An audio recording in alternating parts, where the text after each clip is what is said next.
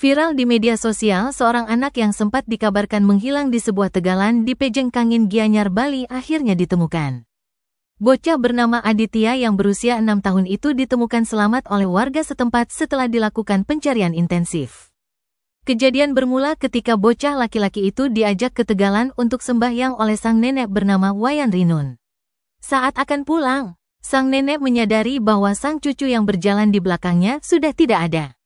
Korban menghilang sejak pukul 10 pagi dan setelah dicari di sekitar lokasi, sang nenek tak kunjung menemukan cucunya.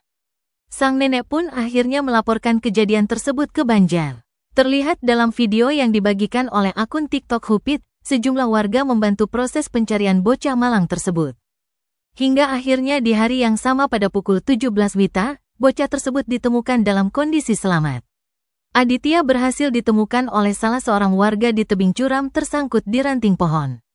Meski terjebak di tempat yang cukup berbahaya, anak tersebut ditemukan dalam keadaan selamat tanpa luka serius. Sontak saja, kejadian tersebut mendapat banyak komentar warganet di media sosial. Warganet banyak mengaitkan kejadian tersebut dengan hal mistis bahwa anak tersebut diduga disembunyikan oleh makhluk astral bernama Memedi. Nah, bagaimana tanggapan kalian terkait kejadian tersebut? Tulis di kolom komentar.